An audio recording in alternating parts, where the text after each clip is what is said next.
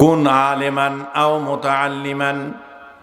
আল্লাহ রসুলে বর্ণনা করছেন জান্নাতে যাওয়ার জন্য তোমরা জান্নাতে যাওয়ার জন্য খুব উদ্গ্রীব, জান্নাতে যাওয়ার জন্য খুব চেষ্টা করতেছ, অথবা জান্নাতে যাওয়ার জন্য খুবই পরিকল্পনা গ্রহণ করতেছ।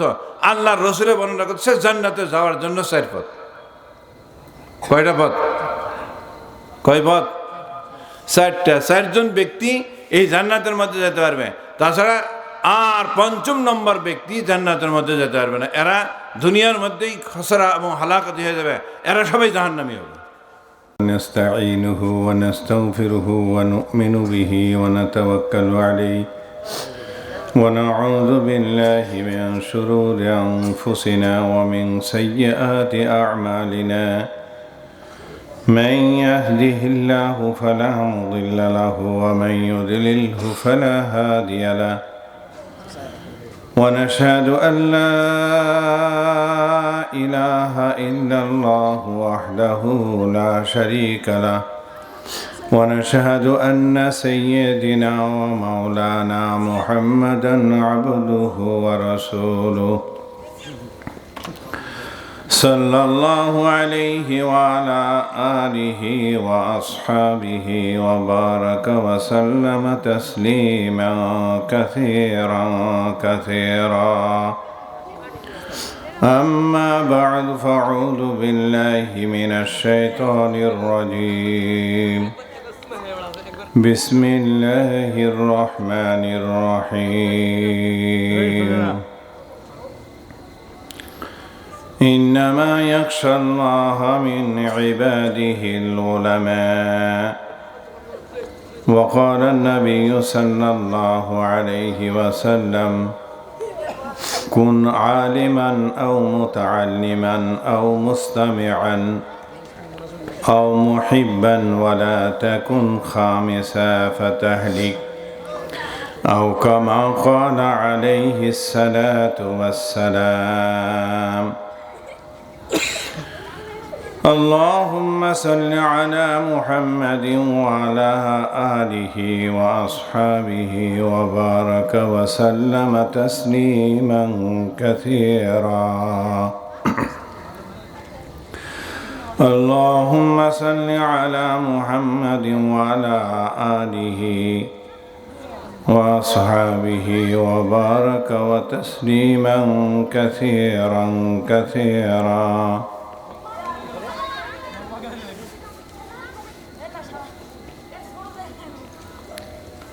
উপস্থিত উলামায়ে কেরাম, মুআজ্জাজ মুসল্লিয়ানে কেরাম ও পর্দার আড়ালে মা ও বোনেরা,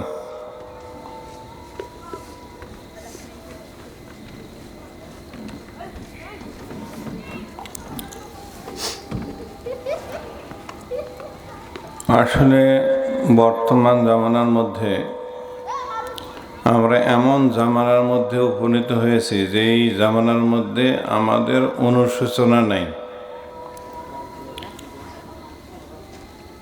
আমি যে রোগী এইটারও অনুশোচনা আমরা হারিয়ে ফেলছি। এই জন্য আমাদের এখান থেকেই বাতাসের মাধ্যমে, অক্সিজেনের মাধ্যমে আমাদের চিকিৎসা করতে হবে।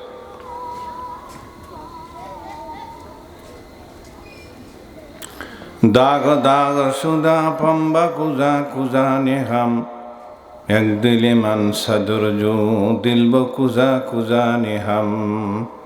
কবি বর্ণনা করতেছেন আমাদের অঙ্গ প্রত্যঙ্গ ক্ষতবিক্ষত হয়ে গেছে, কোথায় তুলা লাগাবো এই ধরনের আমরা পাইতেছি না।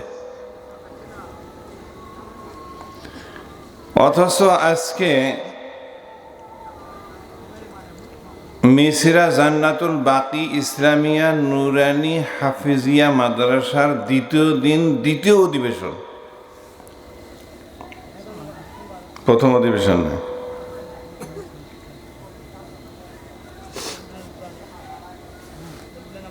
কিন্তু আমাদের যে অবস্থা, শুনতে শুনতে আমাদের এমন অবস্থা হয়ে গেছে, এখন আমরা আর শুনতে পারতেছি না। আল্লাহ তাআলা সবাইকে বুঝার তৌফিক দান করুক, সবাই বলে আমিন। তবুও আমরা মনে করতেছি আর কি যে এখানে হয়তো 2-4 জন লোক আছে, বাহিরে আমাদের আওয়াজ অবশ্যই যেতেছে, বিভিন্ন জনা শুনতেছেন আপনারা।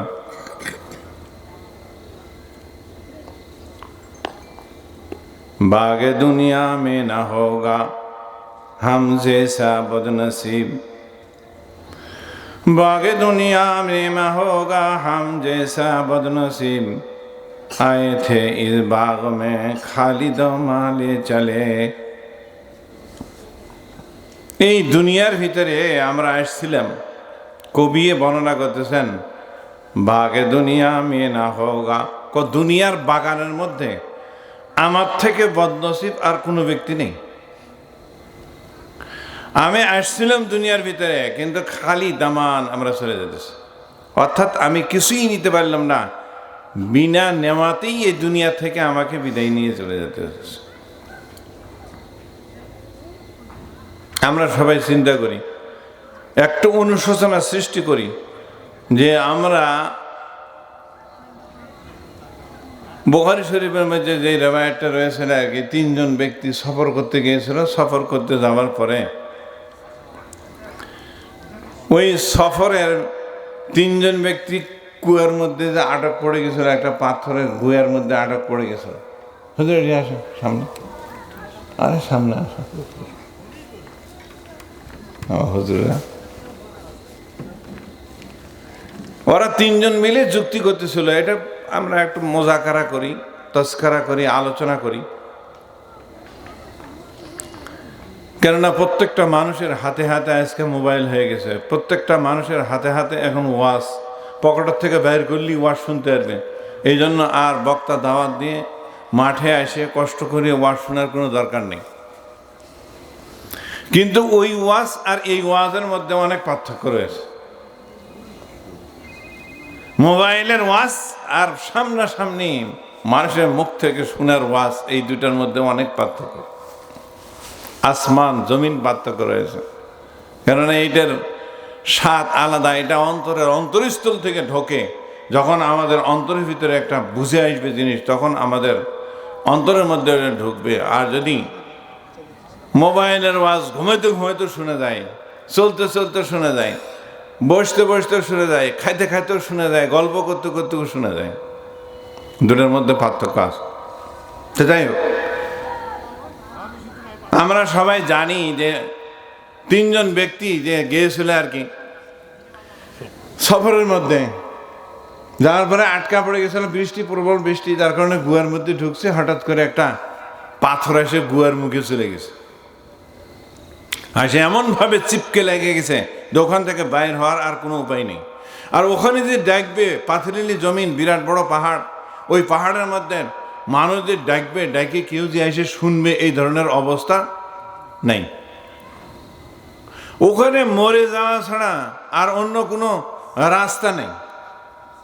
তখন ওরা চিন্তা ভাবনা করলেন আগে যে আমরা আমাদের যে সমস্ত কাজ রয়েছে, আমাদের ভালো কাজ করেছি, সেগুলো আমরা কি করি, আল্লাহ তাআলার দরবারের মধ্যে উপস্থাপন করার পরে দোয়া করি। আমরা সবাই জানি, সংক্ষিপ্ত করতেছে ঘটনা।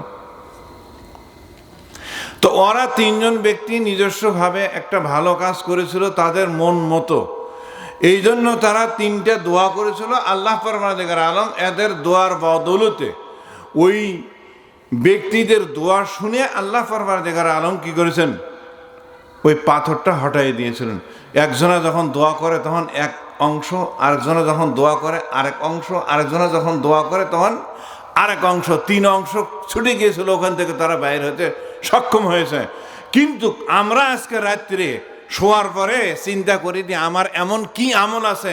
আল্লাহ পারওয়ারদিগার আলম যদি বর্ণনা করে যে বান্দা তুমি কি আমল নিয়ে আসছো যেটার দ্বারা তুমি নাজাত পাবে, এই জাহান্নামের ভিতরে যাবে না, এই জান্নাতের ভিতরে তুমি পাবে, এই ধরনের আমাদের কি আমল আছে আমরা একটু ফিকির করে দেখি,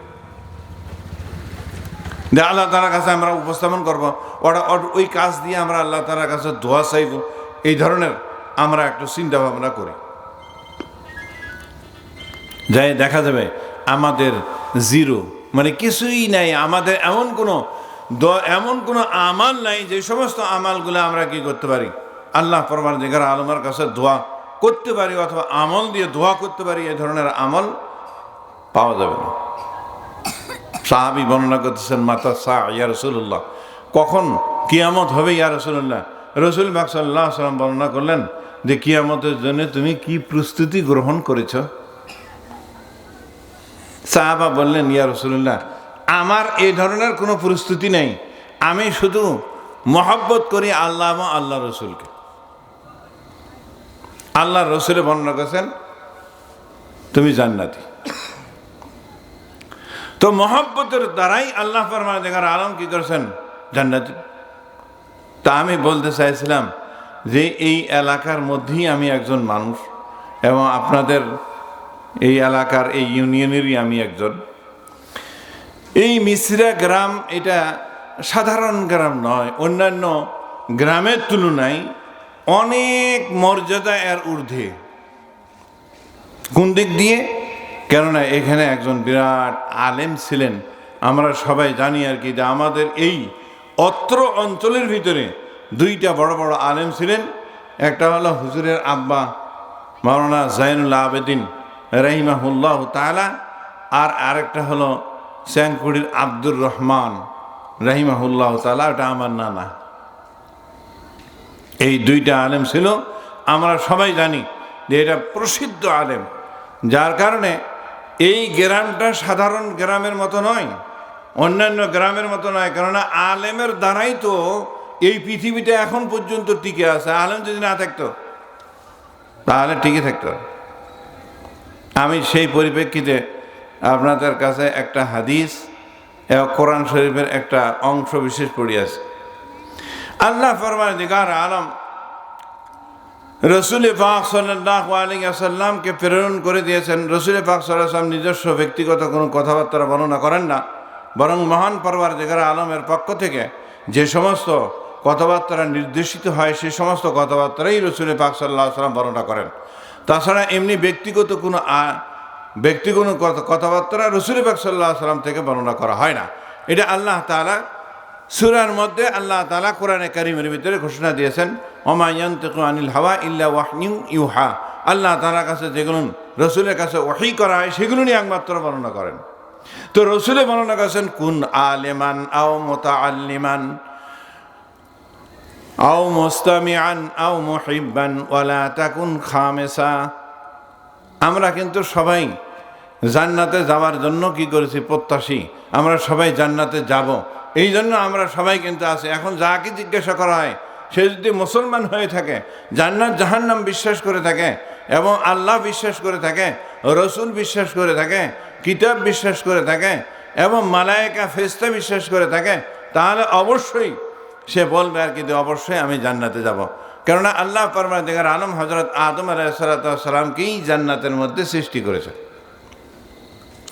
সৃষ্টি করে কোথায় রেখেছিলেন? জান্নাতের মধ্যে। তারপরে আল্লাহ পারওয়ারদিগার আলম ওখান থেকে কুল্লাহবিতু মিনহা জামিআ ওয়ালা কুল্লাহবিতু মিনহা জামিআ ওয়া ইম্মা ইয়াতিয়ান্নাকুম মিন্নি হুদান ফামান তাবিআ হুদায়া ফালা খাউফুন আলাইহিম ওয়ালা হুম ইয়াহজানুন। আল্লাহ পারওয়ারদিগার আলম জান্নাতের মধ্যে রেখেছিলেন। ওখান থেকে কোনো কারণবশত শয়তানের চক্রান্তিত হয়ে আমরা ওই জান্নাত থেকে বের হয়ে চলে আসছি কোথায়? এই দুনিয়ার ভিতরে। শয়তানের চক্রান্তিত হয়েই ওখান থেকে কিন্তু হযরত আদম আলাইহিস সালাম বের হয়েছেন। এখন যদি আমরা সবাই আবার শয়তানের চক্রান্তিত হয়ে এই দুনিয়ার ভিতরে থেকে যায়, তাহলে কোশ্চিন কালো আমরা কি করতে পারবো না? জান্নাতের মধ্যে যেতে পারবো না। কথা বুঝতে পারছেন আমার? যে হযরত আদম আলাইহিস সালাম জান্নাত থেকে বের হওয়ার কারণ কি ছিল? কারণ ছিল শয়তানের ধোঁকা, শয়তানের চক্রান্ত। এই শয়তানের চক্রান্তর কারণেই হযরত আদম আলাইহিস সালাম জান্নাত থেকে বের হয়ে আল্লাহ পারওয়ারদিগার আলম এই জমিনের ভিতরে পাঠিয়ে দিয়েছেন। আবার এই জমিনের থেকে যাওয়ার জন্য আল্লাহ পারওয়ারদিগার আলম নির্দেশ দিয়েছেন, ওয়া ইম্মা ইয়াতিয়ান্নাকুম মিন্নি হুদা, আমার পক্ষ থেকে তোমার কাছে হেদায়েত আসবে, অর্থাৎ নবী আসবে, তোমার বংশধরের মধ্যে নবী আসবে এবং আমার পক্ষ থেকে তোমার এই বংশধরের ভিতরে কিতাব আসবে। এই কিতাব আর নবী এই দুইজন মিলি সমন্বয়ে আবার এই জান্নাতের মধ্যে আসার জন্য প্রক্রিয়া করা হবে। যদি যারা এই কথা শুনবে তারাই এই জান্নাতের মধ্যে আসবে, আর যারা এই কথা শুনবে না, যাদের কথা শুনবে না, তাদের এই জান্নাতের মধ্যে আসতে পারবে না। তাদের ঠিকানা হবে কোথায়? জাহান্নাম। এখন আমরা জান্নাতে যাওয়ার জন্য নবীর কথা এবং নবীর কিতাবের কথা শুনবো, না ওই সমস্ত শয়তানের এবং শয়তানের যে সমস্ত মন্ত্রণা রয়েছে সেই সমস্ত মন্ত্রণা আমরা শুনবো? আমাদের 24 ঘন্টা শয়তানে কি করতেছে, ধোকা দিয়ে আসতেছে যে কিভাবে এদেরকে আবার জান্নাতের মধ্যে না যাওয়া যায়। কেননা আল্লাহ পরওয়ারদিগার আলমের কাছে উনি ওয়াদা করে আসছেন যে আমি ওয়াদা করতেছি, আল্লাহ এ রব্বুল আলামিন আমাকে অনুমতি দেওয়া হোক। 1 নম্বর হলো আমি প্রত্যেকটা মানুষের রগ রেশার মধ্যে ঢুকবো। নম্বর 2 হলো কিয়ামত পর্যন্ত আমি তাদেরকে ঢোকা দেব। নম্বর 3 যে আমি যা করব সেগুলো যেন কিয়ামত পর্যন্ত আমি করতে পারি, এই ধরনের অধিকার দিয়ে দাও। আল্লাহ পরওয়ারদিগার আলম এই সকল সমস্ত অধিকার কি করেছেন, আল্লাহ পরওয়ারদিগার আলম তাদেরকে দান করেছেন। কেন? যেহেতু এই দুনিয়াটা হলো দারুল ইমতিহান। দারুল ইমতিহান মানে পরীক্ষার হল। আর পরীক্ষার হলের ভিতরে যারা পরীক্ষক রয়েছে আর কি, যারা পরীক্ষার্থী রয়েছে, এই সমস্ত পরীক্ষার্থী ব্যক্তিরা এরা যে কোনো ভুল অ্যান্সার দিয়েও, ভুল উত্তর দিয়েও এই দুনিয়ার এই পরীক্ষা হলের ভিতরে থাকতে পারে এবং সঠিক অ্যান্সার দিয়েও এই পরীক্ষার হলের ভিতরে থাকতে পারে। আল্লাহ পরওয়ারদিগার আলম এই দুনিয়ার ভিতরে মানুষকে সঠিক অ্যান্সার দিয়েও এই দুনিয়ার ভিতরে থাকবেন। আর সঠিক অ্যান্সার না যদি দেয়, ভুল অ্যান্সার দেয়, অর্থাৎ আল্লাহ তাআলার ডাকে যদি তারা সাড়া না দেয়, তবুও এই দুনিয়ার ভিতরে থাকতে পারবে। কেন? এটা পরীক্ষার হল, আর পরীক্ষার হলের ভিতরে এতটুকু অধিকার রয়েছে। আল্লাহ পরওয়ারদিগার আলম অধিকার দিয়ে দিয়েছেন, তাছাড়া তো পরীক্ষা হবে না। যদি এরকম করতে আর কিন্তু প্রত্যেকটা মানুষকে একটা করে ফেরেশতা অথবা 2টা করে ফেরেশতা নিযুক্ত করে দেওয়া হলো, আর একটা বড় লাঠি দিয়ে তাহাকে যখন নামাজের টাইম হয় তখন তাহাকে পিটাই নামাজে নিয়ে চলে গেল। ফের আবার নামাজের থেকে বের হওয়ার পরে আবার নামাজের টাইম হলো, তখন পিটাই নিয়ে যাওয়া হলো। এরকম নিয়ে যেতে পারতেন, কিন্তু আল্লাহ পরওয়ারদিগার আলম বলছে এটা পরীক্ষার হল। পরীক্ষার হলের ভিতরে এটার বিধান নয়। কেননা এখানে উত্তর দিয়েও, সঠিক উত্তর দিয়েও কি করতে পারবে, সে এখানে থাকতে পারবে, আর ব্যাঠিক উত্তর দিয়েও এখানে থাকতে পারবে।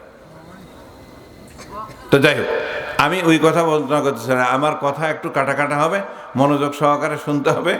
আল্লাহ পরওয়ারদিগার আলম কি বলতে চাইতেছেন, রসুলে আমাদেরকে কি বলতে চাইতেছেন। কুন আলিমান আও মুতাআল্লিমান। আল্লাহ রসুলে বর্ণনা করছেন জান্নাতে যাওয়ার জন্য, তোমরা জান্নাতে যাওয়ার জন্য খুব উদ্গ্রীব, জান্নাতে যাওয়ার জন্য খুব চেষ্টা করতেছ, অথবা জান্নাতে যাওয়ার জন্য খুবই পরিকল্পনা গ্রহণ করতেছ। আল্লাহ রসুলে বর্ণনা করছে জান্নাতে যাওয়ার জন্য 4 পথ। কয়টা পথ? কয় পথ? 4টা। 4জন ব্যক্তি এই জান্নাতের মধ্যে যেতে পারবে, তাছাড়া আর 5ম নম্বর ব্যক্তি জান্নাতের মধ্যে যেতে পারবে না। এরা দুনিয়ার মধ্যেই খসরা এবং হালাকত হয়ে যাবে, এরা সবাই জাহান্নামী হবে। 4জন ব্যক্তি মাত্র এই দুনিয়ার ভিতর থেকে জান্নাতের মধ্যে যেতে পারবে।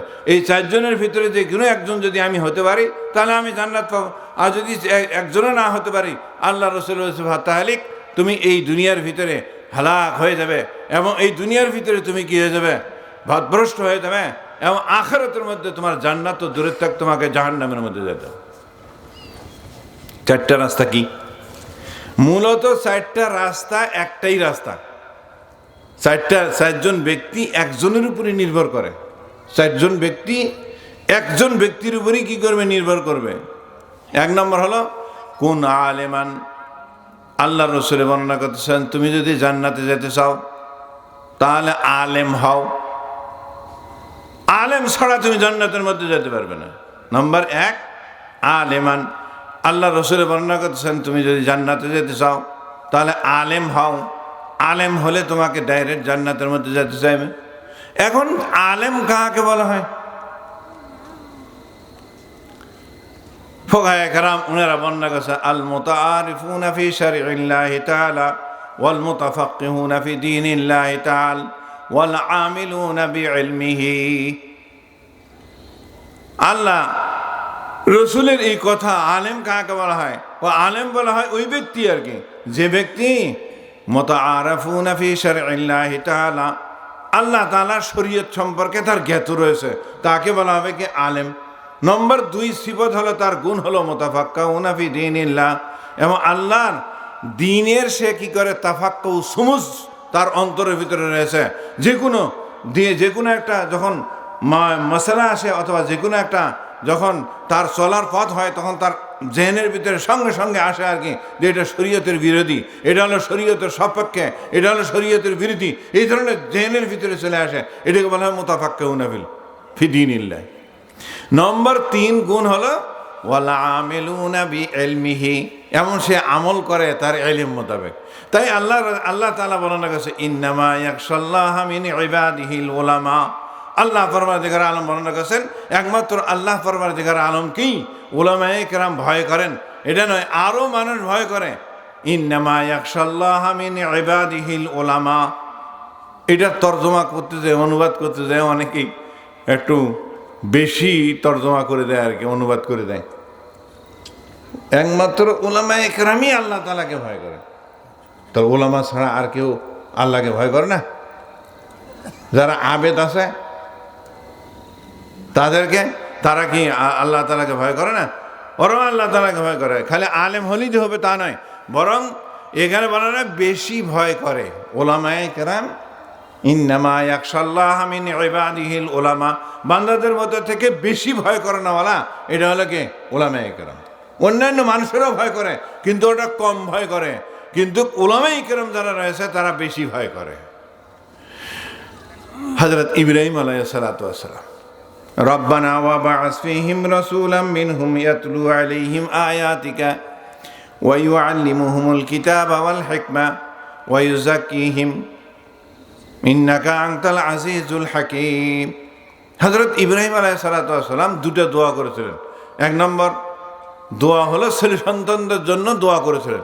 এখন আমরা অনেকেই উদ্বিগ্ন যে আমাদের ছেলে সন্তান এত লালন পালন করছি, স্কুলে পড়লাম, ভার্সিটি পড়ালাম, আমাদের কথা শোনে না এবং আমাদের অনুযায়ী চলে না, এই ধরনের আমরা উদ্গ্রীব হয়ে গেছি। কিন্তু আল্লাহ তাআলা আমাদের শিক্ষা দিতেছেন যে হযরত ইব্রাহিম আলাইহিস সালাতু ওয়াস সালাম উনি না তার নিজের ছেলের জন্য হযরত হাজরা এবং হযরত ইসমাইল আলাইহিস সালাতু ওয়াস সালামকে যখন ওই একবারে ধুধু ময়দানের মধ্যে রেখে চলে আসেন, একটু আড়াল হয়ে গেছিলেন, দুইটা দোয়া করেছিলেন। রব্বি জাআল হাযাল বালাদা আমিনা ওয়ারযুক। আল্লাহ পরওয়ারদিগার আলম ওখানে দুটো দোয়ার কথা বর্ণনা করেছে, একটা ছেলের জন্য পার্থিব জীবনের জন্য, এটা আধ্যাত্মিক জীবনের জন্য।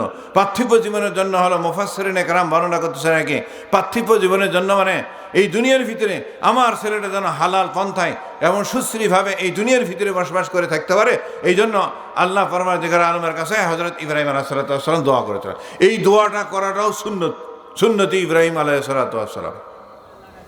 ভবিষ্যতে যেন আমার ছেলেটা পথভ্রষ্ট না হয়ে যায়, আমার এই ছেলেটা যেন মানুষের কাছে হাত ফিরিয়ে না বেড়ায় এবং ফকির যেন না হয়ে যায় এবং ভিক্ষের ঝুলি যেন ঘাড়ের মধ্যে না নিয়ে বেড়ায়, এই জন্য দোয়া করা দরকার।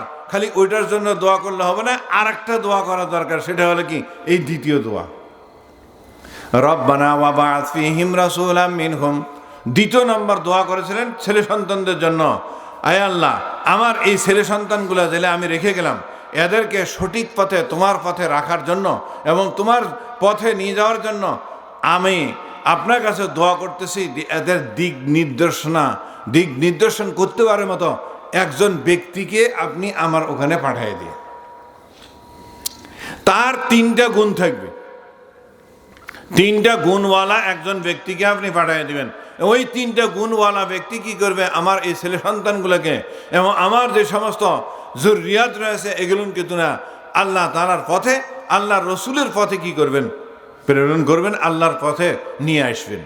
রব্বানা ওয়া বা'আস ফীহিম, আল্লাহ পরওয়ারদিগার আলম ওখানে ওই কথাটাই বর্ণনা করেছে, রব্বানা ওয়া বা'আস ফীহিম, এই পরওয়ারদিগার আলম আমাদের এই প্রজন্ম পরবর্তী প্রজন্ম যারা রয়েছে তার কাছে আপনি একজন রসুল পাঠাবেন, ওয়া বা'আস ফীহিম রাসূলান, একজন রসুল পাঠাবেন, মিনহুম তাদের মধ্য থেকে।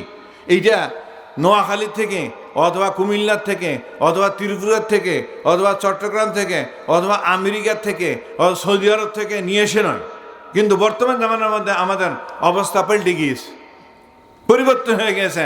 যখন বাইরের লোক আসে তখন ওর মর্যাদা আমরা অনেক ঊর্ধ্বে, আর যখন গ্রামের লোক আসে তখন ওর মর্যাদা হলো কেউ অনেক নিচে, হচ্ছে না? অথচ আল্লাহ তাআলা নিজেই বর্ণনা করতেছে নাকি রব্বানা ওয়া বা'আস ফীহিম রাসূলাম মিনহুম মানে কি মিনহুম মানে তাদের মধ্য থেকে একজনকে রসুল পাঠাবেন। হযরত রসুল পাক সাল্লাল্লাহু আলাইহি সাল্লাম কোথা থেকে আসছিল?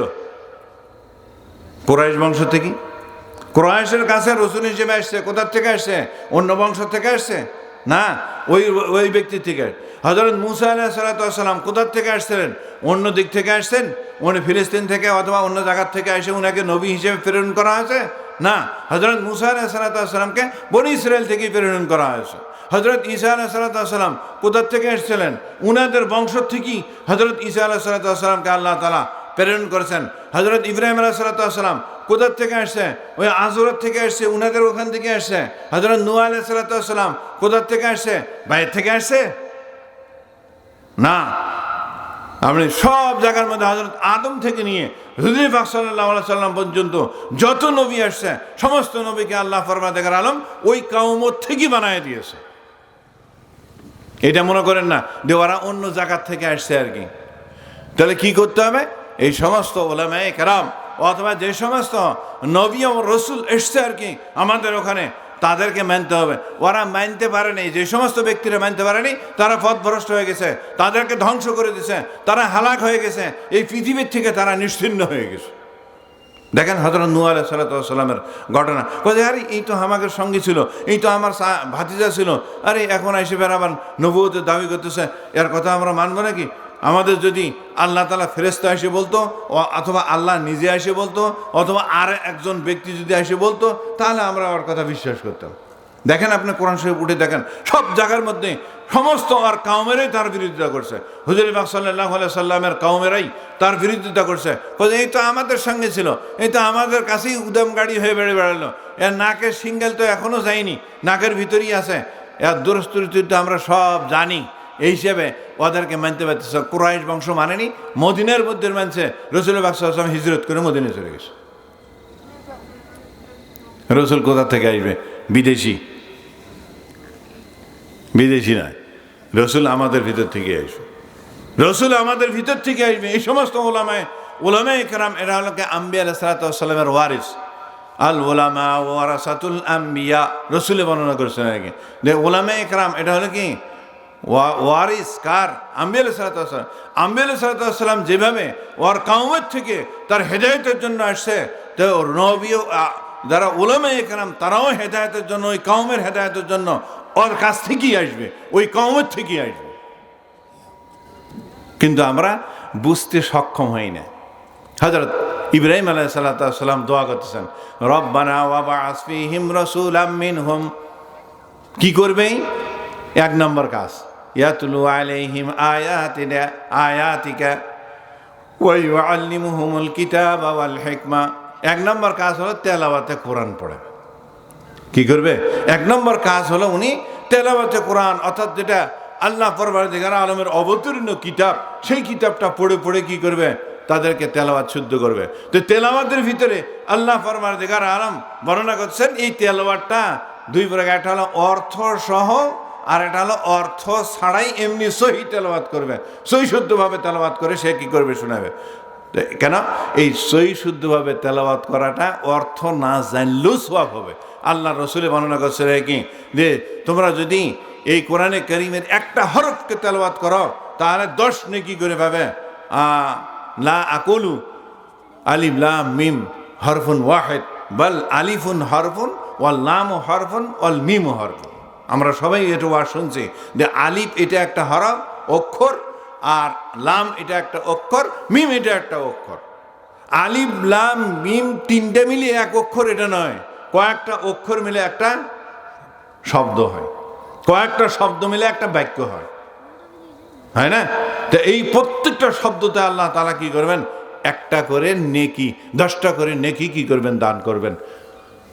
তো দেখেন আমি বুঝাইতে চাইছি এই কথাটা আর কি, যে অর্থ বুঝে না অর্থ না বুঝে। অর্থ না বুঝেও যদি তেলাওয়াত করে তাহলে আল্লাহ পরওয়ারদিগার আলম এই সওয়াব কি করবেন? দান করবেন। শুধু তেলাওয়াত করলে নয়, বরং তেলাওয়াত ছাড়া যদি শোনেও তেলাওয়াত, তাহলে কি হবে? তার ভিতরে আল্লাহ পরওয়ারদিগার আলম এই 10টা নাকি কি করবেন? দান করবেন। এই জন্য আল্লাহ পরবর্তীকার আলম নিজেও বর্ণনা করেছে আর কি, যে এক জায়গার মধ্যে ইদা কুরিয়াল কোরআন ফাস্তামিউ ওয়া আনসিতু লাআল্লাকুম তুরহামুন, যখন কোরআনে কারীম পড়া হবে সেই টাইমের মধ্যে তুমি চুপ থাকো, কথাবার্তা বর্ণনা করিও না, লাআল্লাকুম তুরহামুন, তোমার উপরে রহম করা হবে।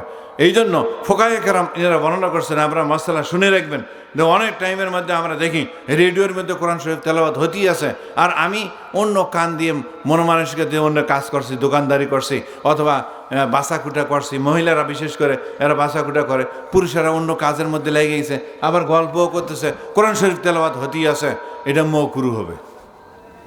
যদিও বা ওটা কোরআন ওয়াংসিতু, শোনো এবং চুপ থাকো, লাআল্লাকুম তুরহামুন শব্দ ব্যবহার করা হয়েছে। এই জন্য এই শব্দগুলো হলো আমর, আদেশমূলক শব্দ, আর আদেশমূলক শব্দ এটা ওয়াজিবের উপরে বুঝায়, আর এই জন্য এখানে কোরআন কারীম শোনা এটা হবে কি ওয়াজিব, আর ওয়াজিব তরক করলে এটা আপনার গুনাহ হবে। তাহলে শুনতে যাই কি করলাম, আমি গুনাহ করলাম, সওয়াব কামাই করতে গেছিলাম, কিন্তু ওখানে যাই শুনলাম কি গুনাহ হয়ে গেছে। তাহলে কত বড় কথা বর্ণনা করা হয়েছে। অথচ এক দল, বিশেষ করে যে তবলিগি জামাতের সাত মাওলানা সাত সাহেব আর কি, উনি বর্ণনা করছে বুঝে কোরআন শরীফ না পড়লে সোয়াব নেই। সবাই বলেন নাউজুবিল্লাহ। হ্যাঁ, ভয় লাগছে নাকি নাউজুবিল্লাহ বলতে? আল্লাহ রসুলে বর্ণনা করতেছেন বুঝে তেলাওয়াত করো আর না বুঝে তেলাওয়াত করো।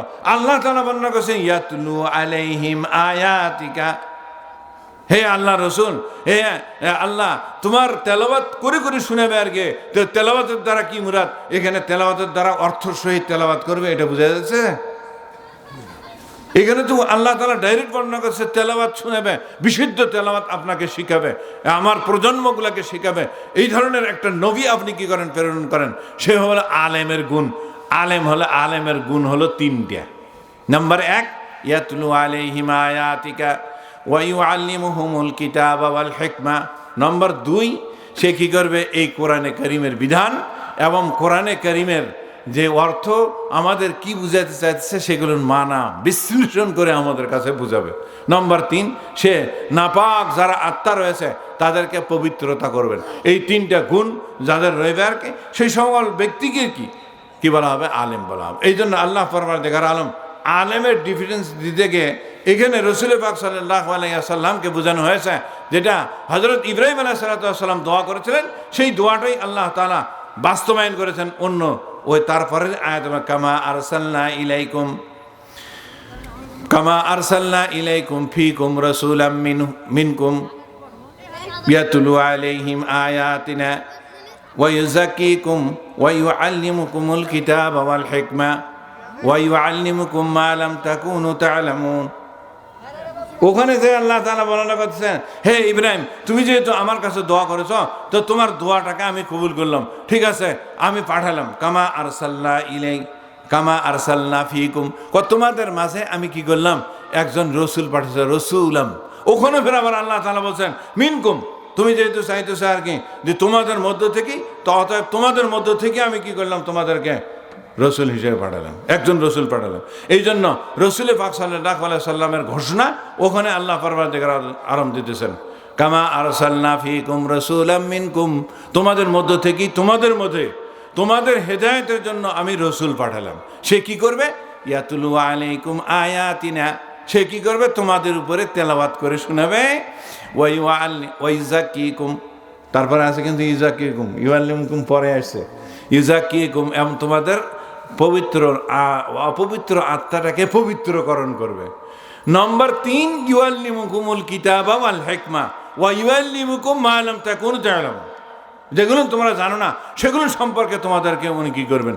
এই জন্য হযরত সালমান ফারসি রাদিয়াল্লাহু তাআলা উনি বর্ণনা করতেন, অনেক বিধর্মী যারা রয়েছিল আর কি, তারা বলতো যে আরে তোমাকে রসুল কেমন রসুল, এই পায়খানা করা পর্যন্ত তোমাদের শিখাছে। হযরত সালমান ফারসি রাদিয়াল্লাহু তাআলা মুসলিম শরীফের রাওয়ায়াত, উনি বর্ণনা করতেছেন আর কি, হ্যাঁ আমাদের রসুল আমাদের পায়খানা করা পর্যন্ত শিখায়। কে এটা? আলেম। আল্লাহ পরবর্তীকার আলম আরেক জায়গার মধ্যেও বর্ণনা করেছে, কাদ মান্নাল্লাহু আলাল মুমিনিনা ইয বাআসা ইলাইহিম রাসূলাম ওখানে আল্লাহ পরওয়ারদিগার আলম বলছে যে মুমিনদের উপরে আমি ইহসান করেছি। আল্লাহ তাআলা বলছেন কাদ মান্নাল্লাহু আলাল মুমিনিনা, মুমিনদের উপরে আমি ইহসান করেছি কি দিয়ে? ইজ বাআসা ইলাইহিম রাসূলাম মিনহুম। ওখানে ফের আবার আল্লাহ তাআলা বলছে ওদের পক্ষ থেকে একজন রসুলকে আমি পাঠিয়ে দিয়েছি, ইয়াতলু আলাইহিম আয়াতিনা ওয়া ইউযাক্কিহিম ওয়া ইউআল্লিমুহুমুল কিতাবা ওয়াল হিকমা। ওখানে ফের আবার আল্লাহ পরওয়ারদিগার আলম বলছেন ও কি করবে? তেলাওয়াতে কোরআন পড়াবে এবং ওখানে আত্মা পবিত্র করবে, আর ওখানে কি করবে? সে তালিমে কোরআন দিবে। এই তিনটা নির্দেশ দিবেন আর কি। এটা যার কারণে রাসূল পাক সাল্লাল্লাহু আলাইহি সাল্লাম যখন এখানে আসেন তখন বর্ণনা করেছেন আর কি, বুইস্তু মুআল্লিমান, আমাকে মুআল্লিম হিসেবে এই পৃথিবীর ভিতরে প্রেরণ করা হয়েছে। বুঝার বিষয় শিক্ষা, শিক্ষিত কি? শিক্ষা, শিক্ষিত, শিক্ষক, প্রশিক্ষক সব এক? হ্যাঁ, সব কি এক? এক নয়। শিক্ষা যেই জ্ঞানটা অর্জন করবে সেটাকে বলে শিক্ষা। শিক্ষিত যে জ্ঞান অর্জন করবে তাকে বলা হবে কি? শিক্ষিত। আরেকটা আছে কি? শিক্ষক। শিক্ষিত হলেই যে শিক্ষক হবে তা নয়। মানুষটা শিক্ষিত কিন্তু সে শিক্ষক নয়, মানে অন্য কাউকে পড়ায় না, তাকে কি বলা হবে? শিক্ষক। তাহলে শিক্ষক আরেকটা জিনিস। আবার শিক্ষকের পরে আরেকটা রয়েছে, সেটা হলো কি? প্রশিক্ষক। বসেন, চলে আসেন। হ্যাঁ, জরুরি। আরেকটা হলো কি? প্রশিক্ষক। তাহলে শিক্ষা, শিক্ষিত, শিক্ষক, প্রশিক্ষক। দাম কার বেশি? যে প্রশিক্ষক। তার ভিতরে কি আছে? শিক্ষা আছে, শিক্ষিত আছে, শিক্ষকও আছে, তারপরে না সে প্রশিক্ষক। শিক্ষা মানে যেই জ্ঞানটা অর্জন করা হয়, শিক্ষিত মানে যেই জ্ঞান অর্জন করে তাকে কি বলা হয়? শিক্ষিত। আর শিক্ষক বলা হয় জ্ঞান অর্জন করার পরে এই জ্ঞানটা অন্য মানুষের কাছে বিচরণ করে, তাকে বলা হয় কি? শিক্ষক। আর যে ওই শিক্ষকগুলোকে ফের আবার প্রশিক্ষণ দেয় তাকে বলা প্রশিক্ষক। তাহলে প্রশিক্ষণের ভিতরে কি আছে? এলে সব কিছুই আছে না? সব কিছু আছে। রাসূল পাক সাল্লাল্লাহু আলাইহি ওয়াসাল্লামকে আল্লাহ পরওয়ারদিগার আলম প্রশিক্ষক হিসেবে প্রেরণ করেছেন। এই জন্য রাসূল পাক সাল্লাল্লাহু আলাইহি ওয়াসাল্লাম বর্ণনা করেছেন, বুইস্তু মুআল্লিমান, আমাকে প্রশিক্ষক হিসেবে এখানে প্রেরণ করা হয়েছে। অর্থাৎ আমার কাছে যারা পড়বে এরা সবাই প্রশিক্ষক হবে। সাহাবায়ে কেরাম রাদিয়াল্লাহু তাআলা আনহুম রাসূল পাক সাল্লাল্লাহু আলাইহি ওয়াসাল্লাম সংসর্গে থেকেছেন, যার কারণে সাহাবায়ে কেরাম প্রশিক্ষক। সাহাবায়ে কেরামের সংসর্গে যারা থেকেছেন তাবেঈন, এরাও হলো প্রশিক্ষক। তাবেঈনের সংসর্গে যারা থেকেছেন তাবেঈন, এরাও হলো প্রশিক্ষক। তাবেঈনের সংসর্গে যারা থেকেছেন আইম্মায়ে মুজতাহিদিন, এরাও হলো প্রশিক্ষক। এই জন্য এটা আমাদের সিলসিলা ওয়ার যেগুলো আসছে আর কি, নবী করিম সাল্লাল্লাহু আলাইহি ওয়াসাল্লাম থেকে যত মানুষ আসছে এই কিয়ামত পর্যন্ত আসবে, এই ধারাবাহিকতা সিলসিলার সহিত যে সমস্ত ইলম জ্ঞান অর্জন করবে তাকে প্রশিক্ষক বলা হবে। অর্থাৎ সে প্রশিক্ষণ দাতা, অন্যজনকে প্রশিক্ষণ দিবে। সে নিজেও শিক্ষা অর্জন করবে এবং অপরজনকে শিক্ষা দান করবে। এই জন্য ভাই এখানে আল্লাহ পরওয়ারদিগার আলম রাসূল পাক সাল্লাল্লাহু আলাইহি ওয়াসাল্লাম মুআল্লিম হিসেবে এই পৃথিবীর ভিতরে কি করেছেন? প্রেরণ হয়েছেন। তাহলে শিক্ষার ধারাবাহিকতা এটা দুই প্রকারের। আমরা একটা হলো ইলমে কসবি আর একটা হলো ইলমে লাদুন্নি। ইলমে লাদুন্নি বলা হয় যেটা একজনের পক্ষ থেকে আরেকজন, একজনের থেকে আরেকজন, আরেকজনের থেকে আরেকজন, এরকমভাবে ধারাবাহিকতার সহিত যে এলেমটা আসে সেই এলেমটাকে কি বলা হবে? ইলমে লাদুন্নি বলা হয়। আর যেটা আমাদের সিলেবাস থেকে সিলেবাস প্রশিক্ষণ না হয় ক্লাস ওয়ারি অথবা স্কুলে, সেগুলোকে কি বলা হবে? ওটাও একটা শিক্ষা বলা হবে। এবং ওটাকেও শিক্ষক ওখানে হবে, শিক্ষক থাকে, প্রশিক্ষক থাকে, আর ওখানে শিক্ষা দান করা হয়, ওগুলোকে একটা ধারাবাহিকতা। তা আমাদের এখানে দুই প্রকার ধারাবাহিকতা রয়েছে। রাসূল পাক সাল্লাল্লাহু আলাইহি ওয়াসাল্লামের দরবারের মধ্যে যে সমস্ত সাহাবায়ে কেরাম শিক্ষা লাভ করেছিলেন সেই সমস্ত সাহাবায়ে কেরাম এটা হলো কি? প্রশিক্ষক হিসেবে রাসূল পাক সাল্লাল্লাহু আলাইহি ওয়াসাল্লাম থেকে আসছে।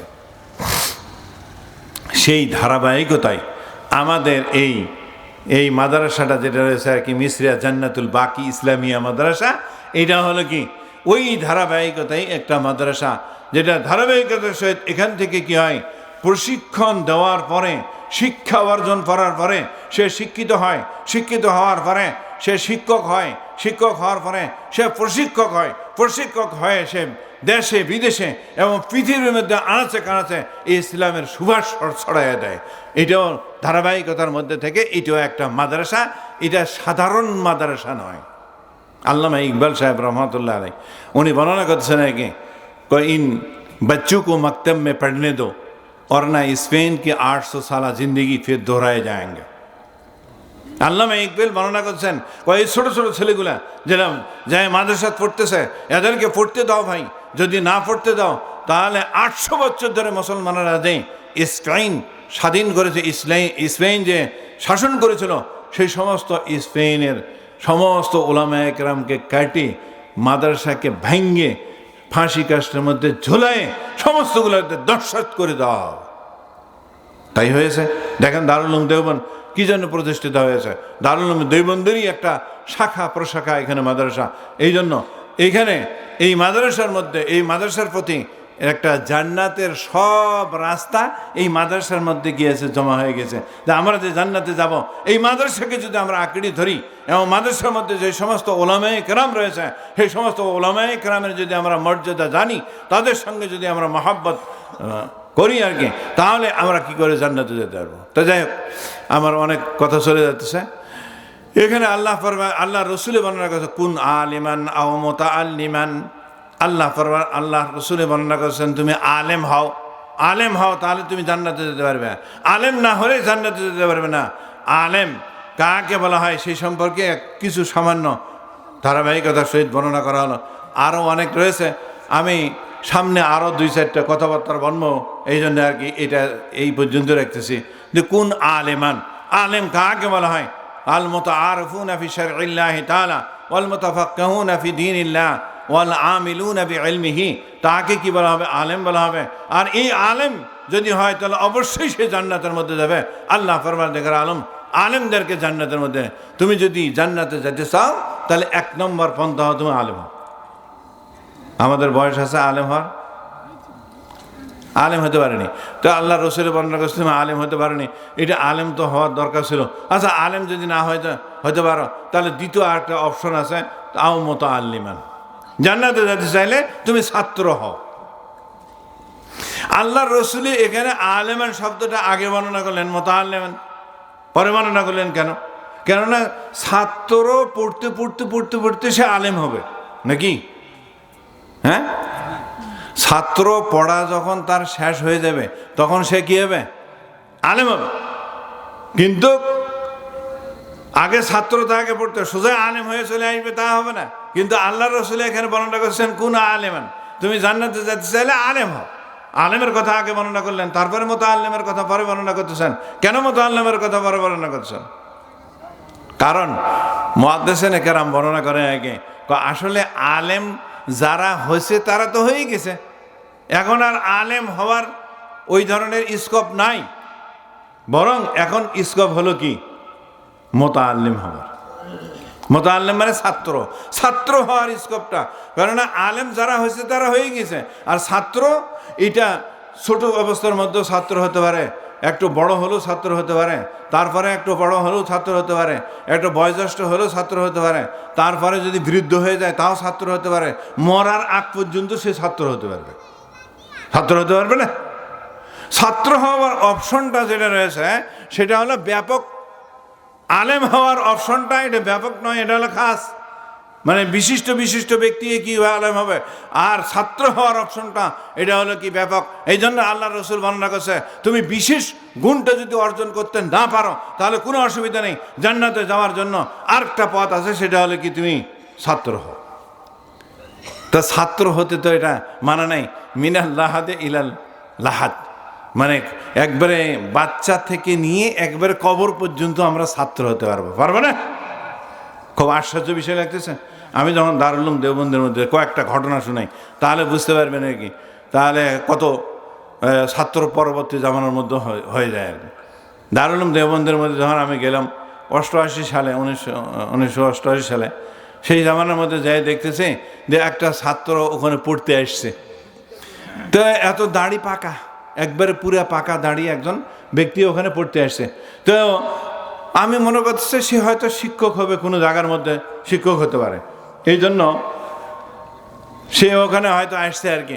কিন্তু পরবর্তীতে আমি যাই দেখতেছি, খোঁজ নিয়ে দেখতেছি সেও আমাদের মতো পরীক্ষা দেবে আর কি, অর্থাৎ ছাত্র হতে আসছে, এখানে দারুল দেওবন্দের মধ্যে ভর্তি হবে। তো দেখো ওর বয়স কত বছর, 60 বছর বয়সে সে পড়তে গেছে, ছাত্র হতে গেছে।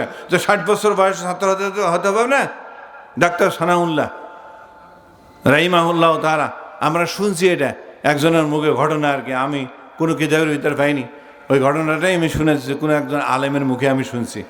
ডাক্তার সানাউল্লাহ উনি যখন ব্যারিস্টারি পাশ করে আসলো আর কি দেশের মধ্যে, আসে ওনার আম্মা বলতেছে, তোমার বাবা মারা গেছে বাবা, তুমি ওখানে যাও, যাই একটু কবর জিয়ারত করে আসো। তো ওই কবর জিয়ারত করতে গেছে, যাই খুব চিন্তা করছে আর কি গভীরভাবে, যে আমি কি পড়বো, এতদিন থেকে তো আমি লন্ডনে থেকে আসলাম, আমার তো এই সমস্ত যতগুলো পড়া আছে কোনো কিতাব তো আমি ছাড়িনি, তো একটা কিতাবও তো আমার এখানে কোনো কাজে লাগতেছে না, তাহলে এইগুলো পড়ে আমার কী লাভ, এটা তো আমার পড়া হলো না, তাহলে নিশ্চয়ই আমাকে ওই জিনিসই পড়তে হবে যেটা এই কবরের এখানে এসে আমি দাঁড়িয়ে দাঁড়িয়ে পড়তে পারবো। ওই ক্ষোভে ওই ডাইরেক্ট চলে আসছে মায়ের কাছে, মায়ের কাছে বলছে আম্মা আমাকে ছুটি দেন, ছুটি দিছে, ছুটি দেন কেন, কথা আমি ওই জিনিস পড়তে যাব যেটা কবরের মধ্যে এসে লাগবে। ওই অবস্থার মধ্যে দারুল উলুম দেওবন্দের মধ্যে চলে গেছে। কে কত বছর বয়সে লন্ডন ফেরত হয়ে এমন LLB পাশ করার পর উনি উকিল এবং ব্যারিস্টার হওয়ার পরে এখানে এসে পড়ছে। তো বৃদ্ধ বয়সে পড়েনি। আর ঘটনা শুনবেন, হাটাজারি মাদ্রাসার যে বাণী আল্লামা জমিরুদ্দিন রহমাতুল্লাহ আলাই, উনি আর কি, উনি যখন খুব বৃদ্ধ বয়সের মধ্যে ছিল আর কি, খুবই বৃদ্ধ বয়স ছিল আর কি, ওনার বৃদ্ধ মানে বড় হয়ে গেছে অনেক দিন থেকে, এখন তো লেখাপড়ার তেমন মৌসুম ছিল না, যার কারণে সে গরু টরু এগুলো চড়াইতো, আর এমনি আল্লাহওয়ালা নামাজ টামাজ পড়তো, নামাজ বন্দিকে পড়তো, এই জন্য কী করতো, এইভাবেই পড়ে পড়ে শুনাইতো আর কি। তো আল্লামা জমিরুদ্দিন রহমাতুল্লাহ আলাই যখন বয়স অনেক বেশি হয়ে গেছে, সেই টাইমের মধ্যে ওই স্বপ্নের মধ্যে দেখছে যে আমি রশিদ আহমদ গাঙ্গুই রহমাতুল্লাহ আলাইকে স্বপ্নে দেখা দিছে যে ওর মাথার মধ্যে পাগড়ি দিয়ে দিচ্ছে, মাথার মধ্যে পাগড়ি দিয়ে দিচ্ছে আল্লামা জমিরুদ্দিন সাহেব।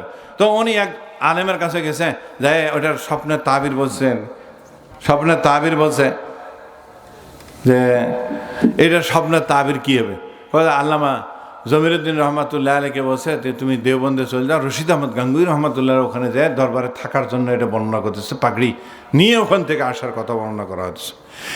জমিরুদ্দিন রহমাতুল্লাহ আলাই ওখান থেকেই চলে গেছেন ডাইরেক্ট রশিদ আহমদ গাঙ্গুই রহমাতুল্লাহ ওখানে।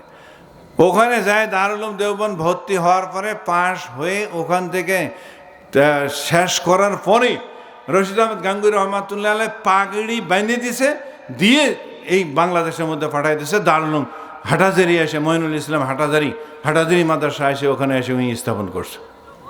কত বছর বয়সে? অল্প বছর বয়সে।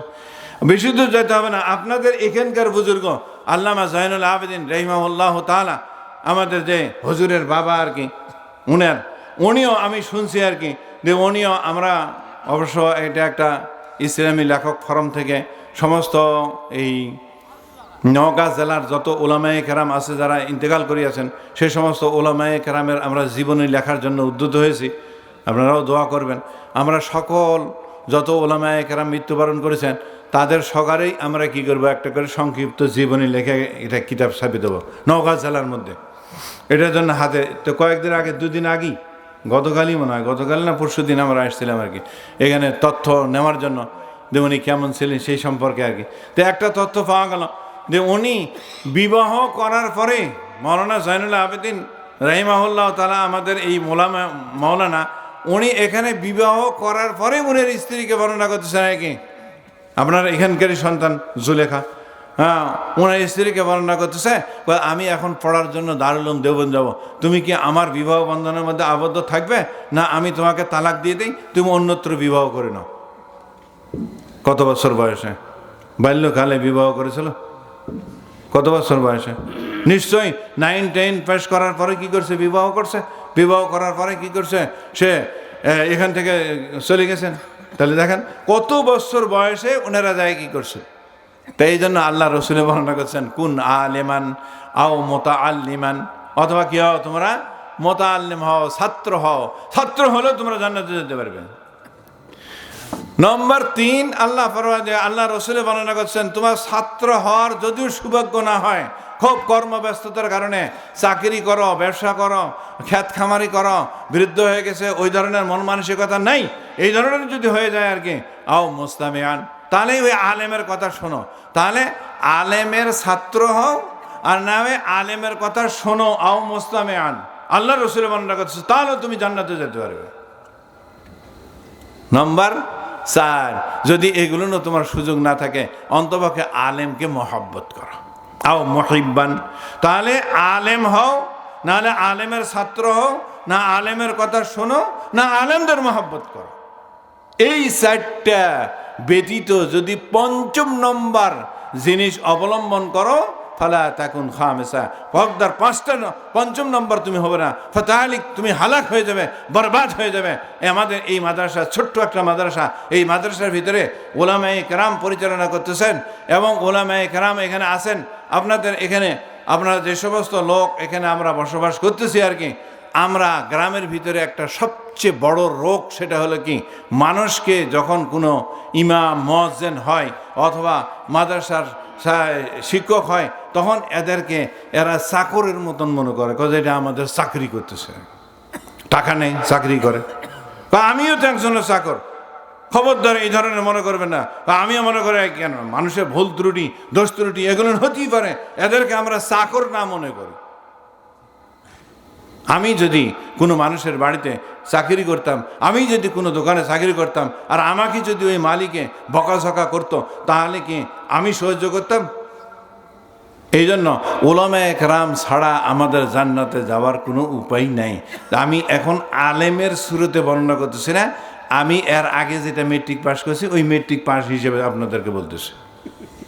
হয়তো মনে করবেন যে হুজুর আলেম, তো ওই জন্য আলেমকে মহব্বত করার কথা বর্ণনা করছেন, ওইটা এখন আমি আগেকার কথা বর্ণনা করছি যখন আমি মেট্রিক এখানে গাঙ্গুরিয়া স্কুলে আমি পড়ছি, গাঙ্গুরিয়া স্কুলের ওই কথাটাই আমি বর্ণনা করছেন। আলেমকে মহব্বত করা ছাড়া কখনোই সে কেউ জান্নাতে যেতে পারে না। আলেম যদি এই পৃথিবীর ভিতরে না থাকে, তাহলে পৃথিবী থাকবে না। আল্লাহ রসুলে বর্ণনা করেছেন, যতক্ষণ পর্যন্ত এই পৃথিবীর ভিতরে আল্লাহ আল্লাহ বলনেওয়ালা একজন ব্যক্তি থাকবে, সেই ব্যক্তি এই পৃথিবী আল্লাহ তাআলা ধ্বংস করবেন না। যখন একজন ব্যক্তিও থাকবে না, তখন আল্লাহ পারওয়ারদিগার আলম এই পৃথিবীকে ধ্বংস করে দেবেন। তা আল্লাহ আল্লাহ বলনেওয়ালা এটা কি মাটির থেকে হয়ে উঠবে নাকি? এটা কি ইহুদি হবে? এটা কি নাসারা হবে? এটা কি খ্রিস্টান হবে? এটা কি হিন্দু হবে? এটা মুসলমানের মধ্য থেকে হবে? এটা আলেমেরা আল্লাহ আল্লাহ বলার শিক্ষা দান করবে, যার কারণে সে আল্লাহ আল্লাহ বলবে।